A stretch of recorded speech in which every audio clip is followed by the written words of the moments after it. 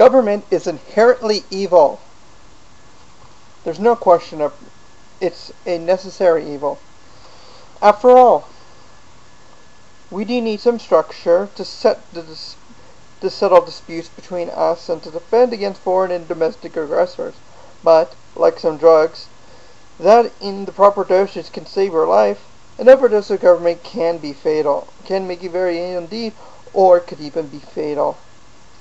Let's address a few things that have been crammed into your minds at the university. There are some ideas you need to expunge as soon as possible. These ideas may work well in an academic environment, but they fail miserably out there in the real world. We'll talk first about diversity. Diversity is a new favorite buzzword of the left and of academia. Look around. As soon as the word diversity came over the PA system, you probably saw one or two of your professors actually swoon. I can hear some of them breathing heavily from here. Diversity! Diversity! Look at your faculty. The ecstasy on their faces. Diversity! I'd better stop. This could get messy. We have been taught that the real value of any group of people, be it a social group, an employee group, a management group, or whatever, is based on diversity. This is a favorite liberal idea because diversity is based not on an individual's abilities or character, but on a person's identity and status as a member of a group. There we go with that left-wing group dynamics thing again. With diversity, the group identification, be it racial, gender-based, or some other minority status, means more than the individual's qualifications. Well, you're about to move from this atmosphere where diversity, whatever that really is, counts, to a workplace in a culture where an individual achievement and excellence count.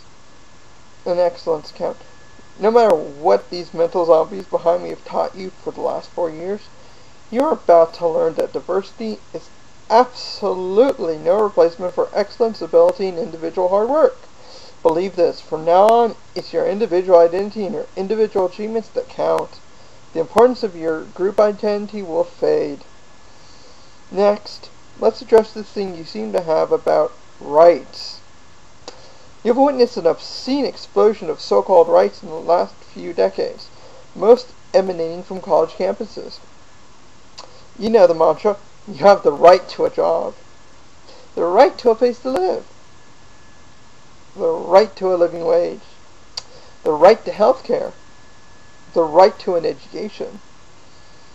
You might even have your own pet right, the right to a Beamer, for instance, or the right to have someone else provide for that child you plan on downloading in a year or so. Well, hold that pet right up there in front of you now. Visualize it. Feel it. I want you to be consumed by your newfound right as you hear these next words. Forget it. You have absolutely no right to anything.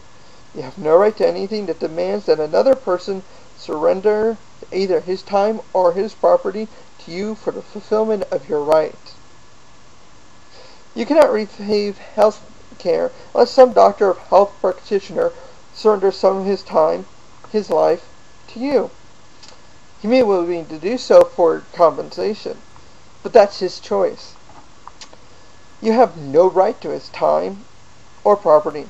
You have no right to his life. You think you have some right to a job with a living wage, whatever that is. Do you mean to tell me that you have a right to force your services on another person and then the right to demand that this person compensate you with money? Sorry, forget it.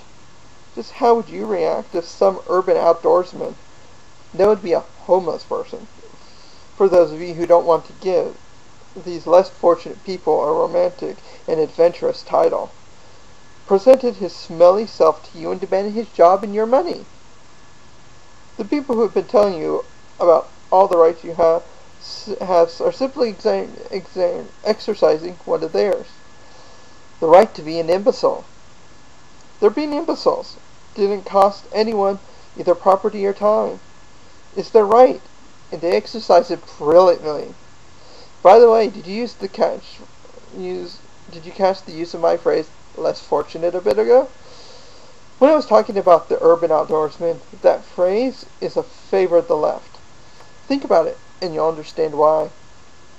To imply that one person is homeless, destitute, dirty, drunk, spaced out on drugs, unemployable, and generally miserable because he is less fortunate, is to imply that a successful person, one with a job, a home, and a future, isn't that because he is fortunate.